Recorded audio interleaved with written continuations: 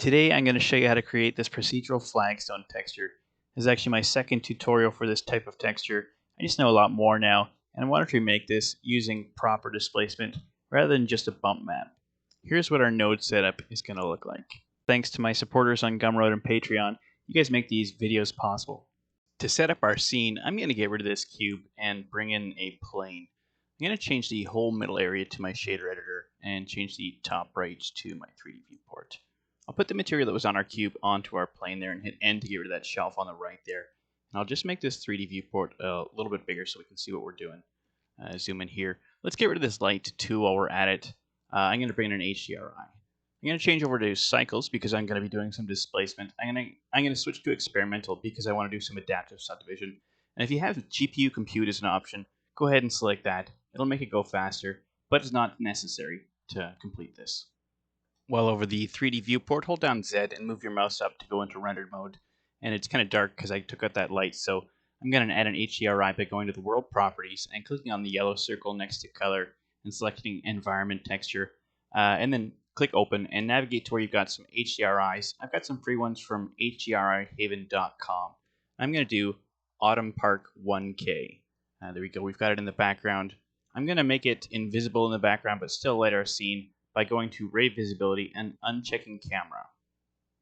Lastly, I just need to enable displacement by going down to the material properties, going to settings, and changing the displacement option here from bump only to either displacement only or displacement and bump.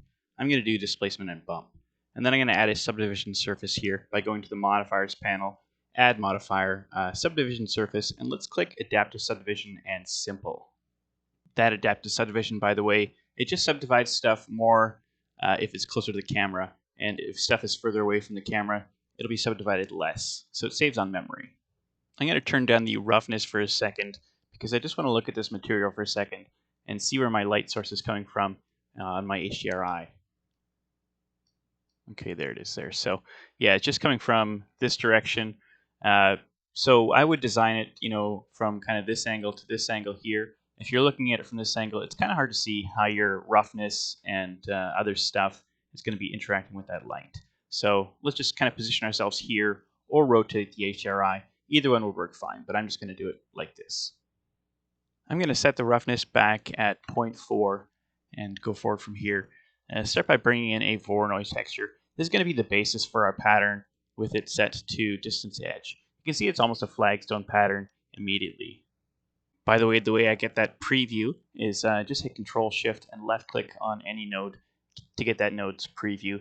That's a Node Wrangler shortcut, so if you don't have it enabled, just to go in Preferences, go into Add-ons, type in Node Wrangler, and just make sure this box is checked. So anyways, with this Voronoi here, I'm going to hit Control Shift, left click, get that preview going, and let's hit Control T. That's another Node Wrangler shortcut. Brings up this texture coordinate mapping node. Let's make sure object is plugged into the vector there. I'm going to come to this Voronoi node and set it to 2D. The reason I did this is because the tiles are more uniform, and sometimes when you're setting it up with 3D, especially if you have displacement, if you look at this pattern here, you can see if I'm in edit mode and I move it up and down vertically, that pattern changes. So the displacement kind of has some rough edges. I haven't really figured out how to correct it. There's probably a simple way to do it. I'll probably figure out eventually, but for now I'm just going to set this to 2D and set the scale to 3. I'm going to bring in a color ramp and just place it right here just so we can kind of crush these values a little bit.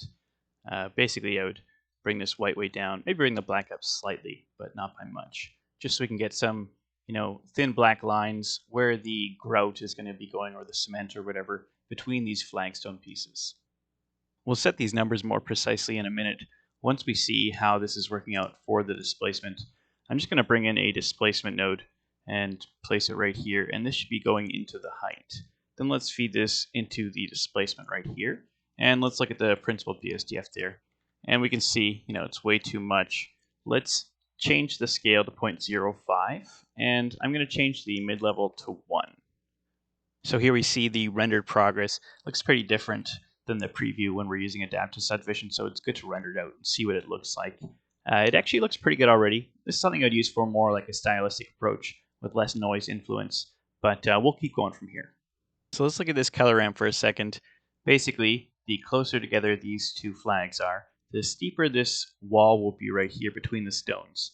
And if we want, we can take this value and increase it, and that bottom will raise a little bit. So if we put this up to like, you know, 0.7, we can see it's a lot higher, and the wall is a lot less steep as well. It's kind of shallow. So we could bring this in a little bit here, something like this here. What I had for my original render was right here. I put this at 0.025, and I put the value as 0.7 gray.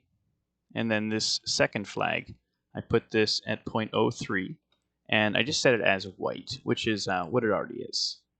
Here's the rendered progress for my new settings. I want to add a bit of noise influence here, so I'm going to bring in a noise texture. Just place it right here, and move it up a little bit here. Bring in a mix RGB and place it right here, and run object to color 2. I'm going to back this influence of this noise texture off by adjusting this mix RGB and turn it up to 0.9, so you'll see the influence is much less severe. And I'm going to change this detail to 4, so we get a bit more complex detail in these lines here.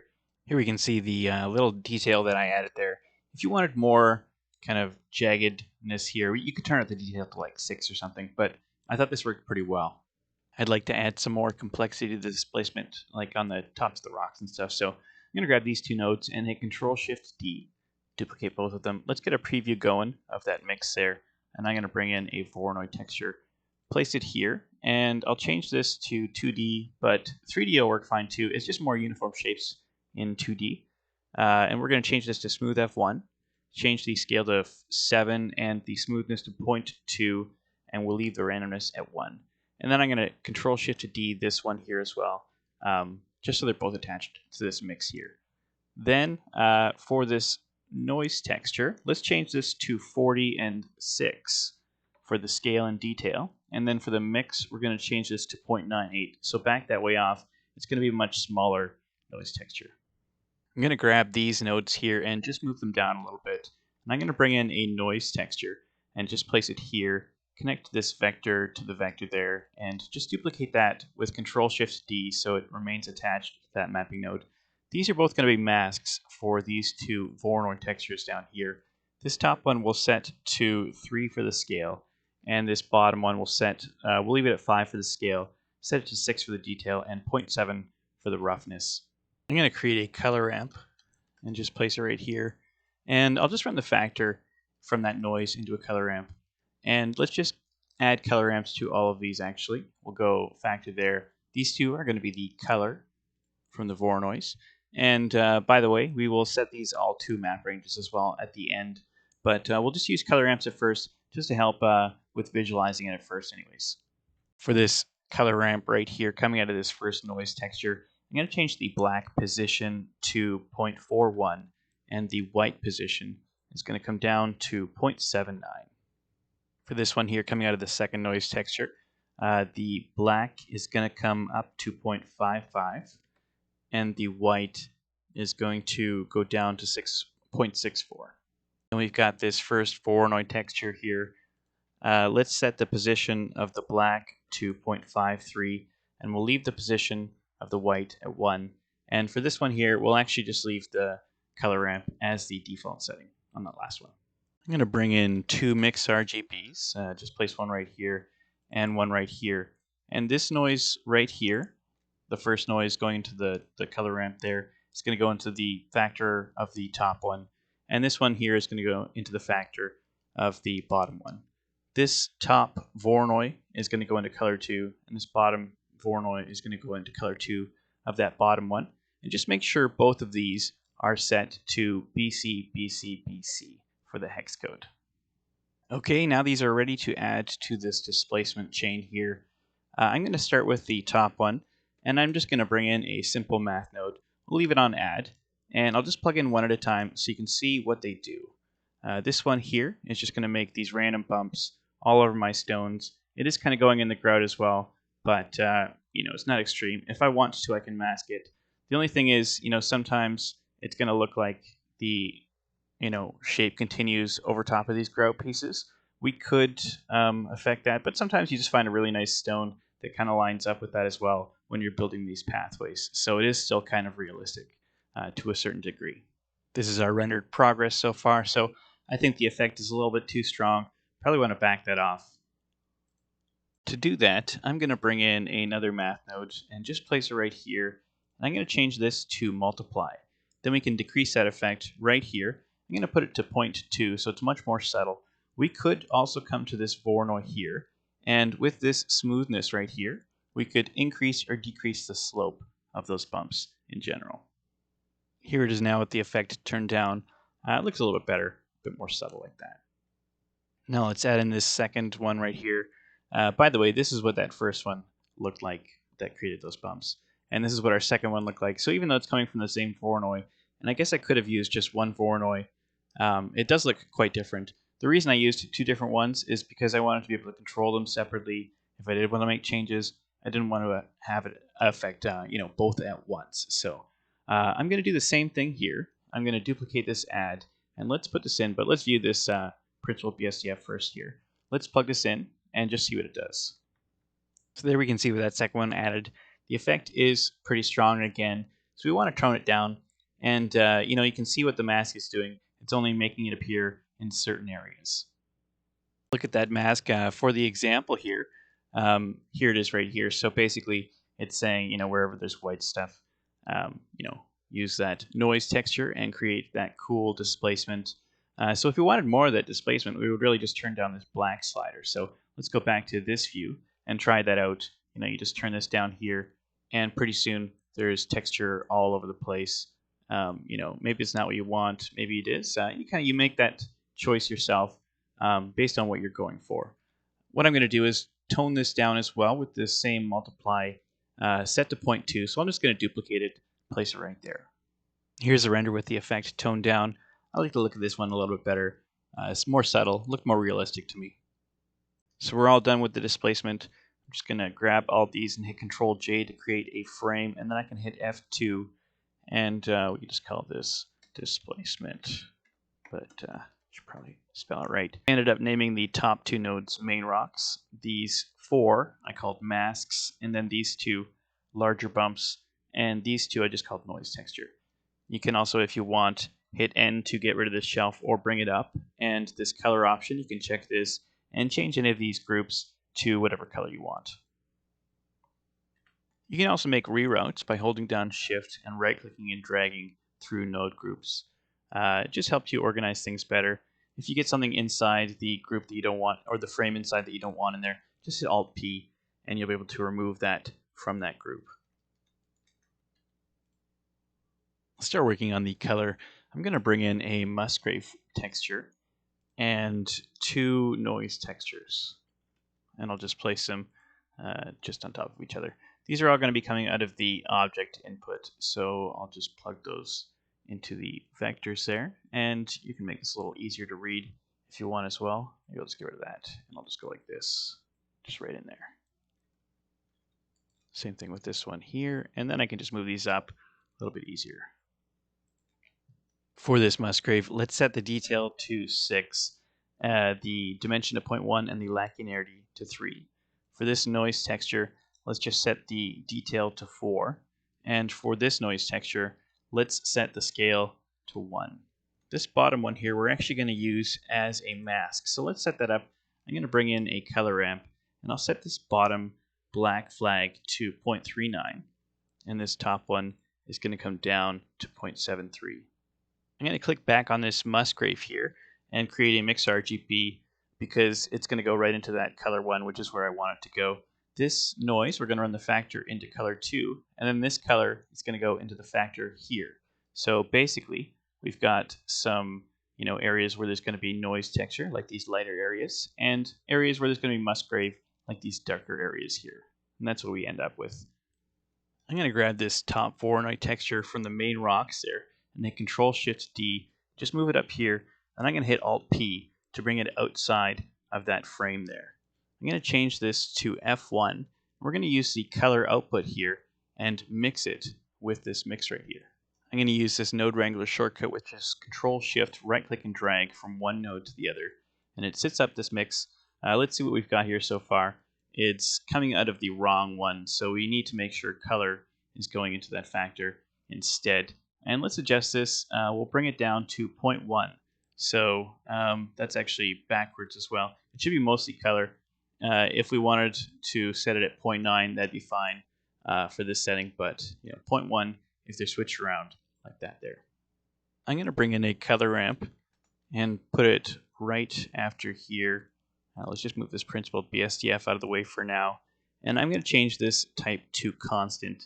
And here's where we're going to set up some colors of a type of stone we want. We can have two types of stones, or we can have one type of stone.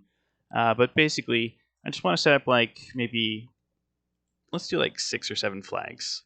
And then if you use this drop-down menu, you can just do distribute stops evenly, and it'll just distribute them nicely across your color ramp there. And let's change some of these here. I'm going to go for kind of a darker slate type with some browns in there as well. So get rid of these whites. We're going to change these to, dark gray or brown or something like that. Something like this color scheme looks pretty good. I'm fine with that. Maybe this could be a bit darker. And if you move these back and forth a little bit, it's fine. It's just going to increase or decrease the influence of that particular color. So let's grab this color ramp and Control-Shift-D it to duplicate it while leaving it attached to that mix RGB.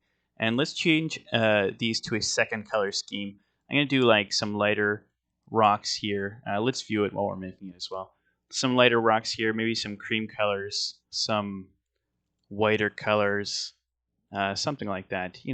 Just use your best judgment of rocks you've seen in your life, what you think it would look realistic. And by all means, Google it if you need to. What we should have done as well is distribute these stops evenly from the left. So let's just do that, because otherwise this last one has no influence. I just did it wrong again. There we go.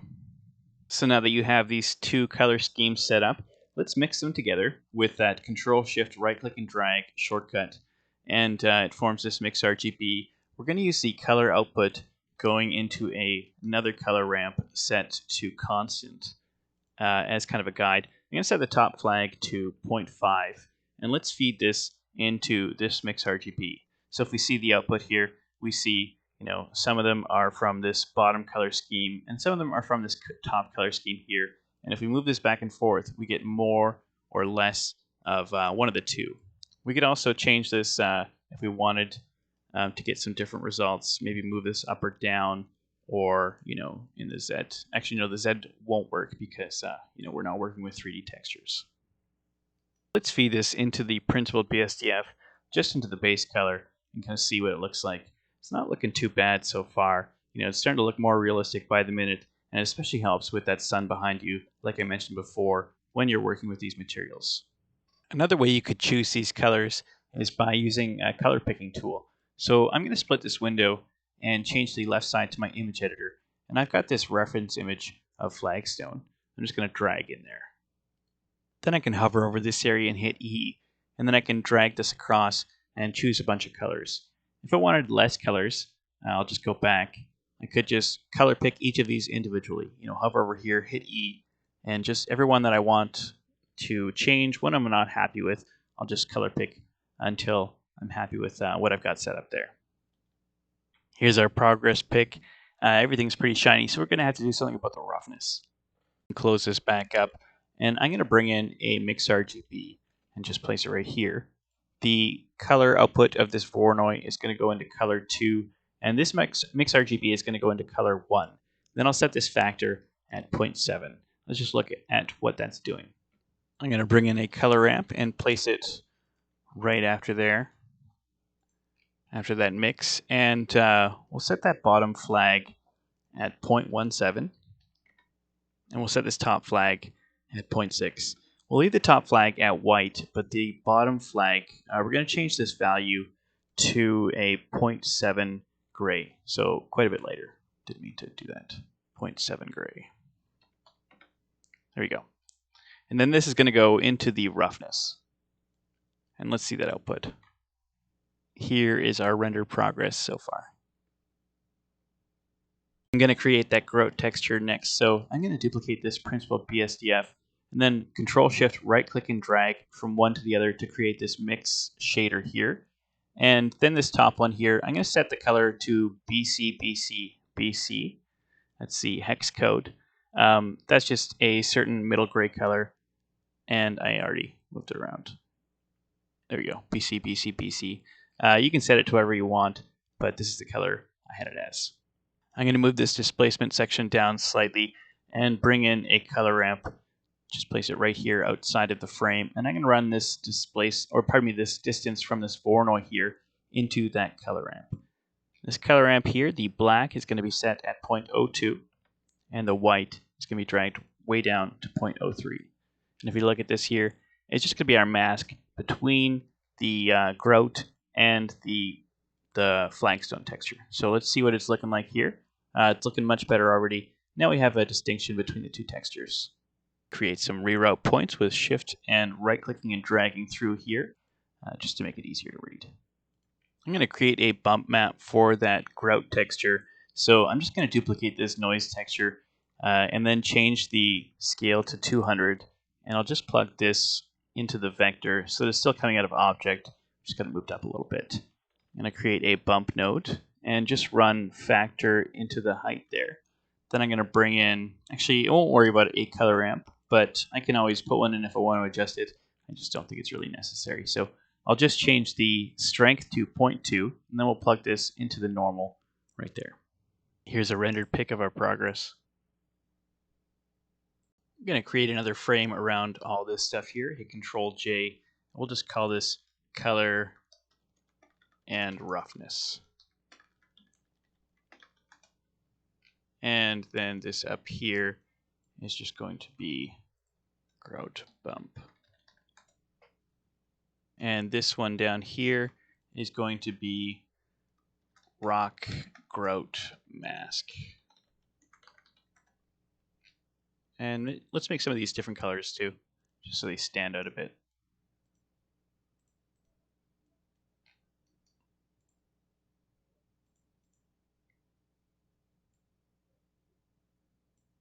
There we go.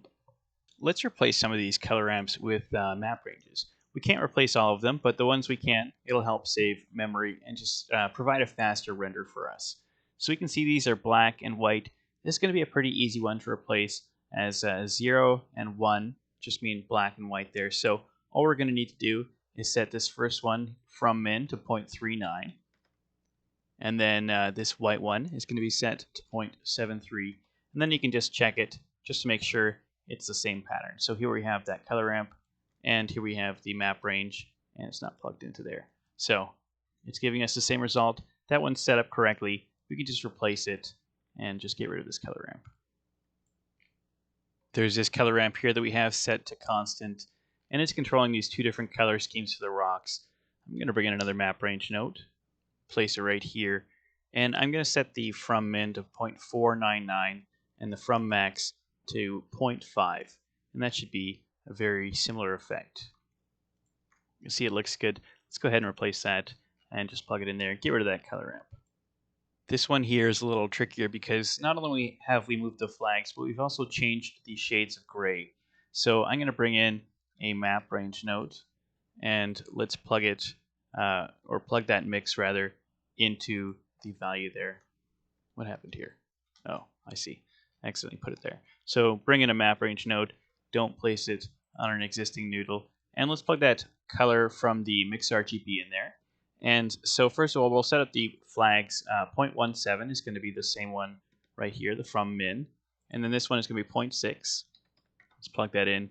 This bottom flag is going to be a 0.7 gray, so let's put that in here, 0.7, and this one right here is just white, so we can leave that at 1. And so now these should look the same. I went through and I replaced all those color ramps with map ranges that I could. The only two I couldn't replace were these color ones right here. Here's my rendered progress. I'm noticing that this Grout color is kind of appearing on the edge of my rocks, so I'm just going to adjust the mask slightly. I'm going to come over to my rock Grout mask and change the from min to 0.015 and the from max to 0.02.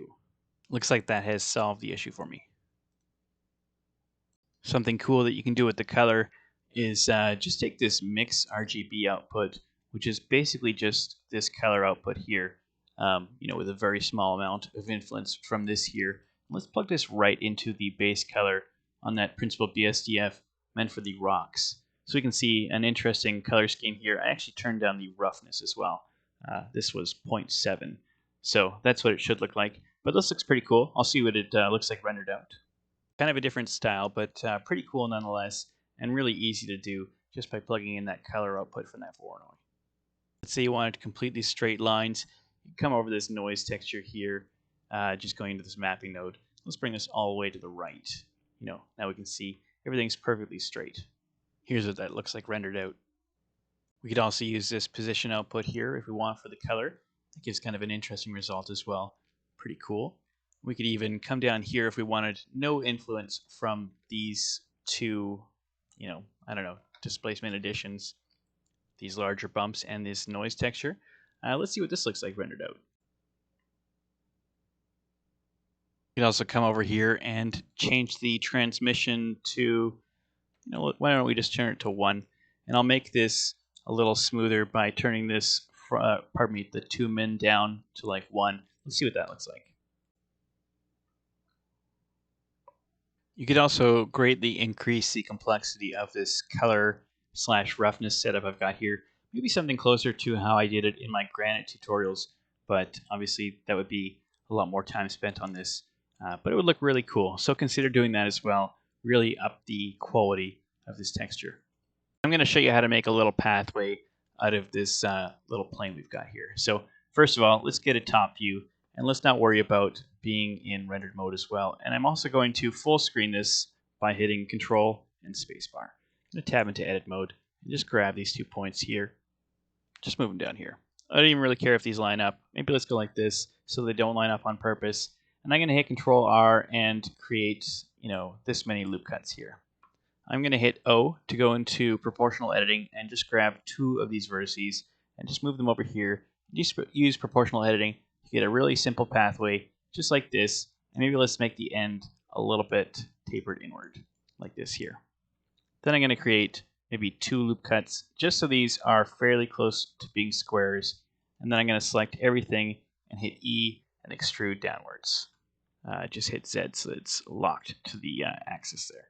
Let's hit Control Space to get out of that, so we're not in full screen anymore. And I just want to check my normals as well, because sometimes when you extrude, they go on the wrong side. So I'm just going to use this drop-down menu here and make sure my normals are extruding from all the faces there.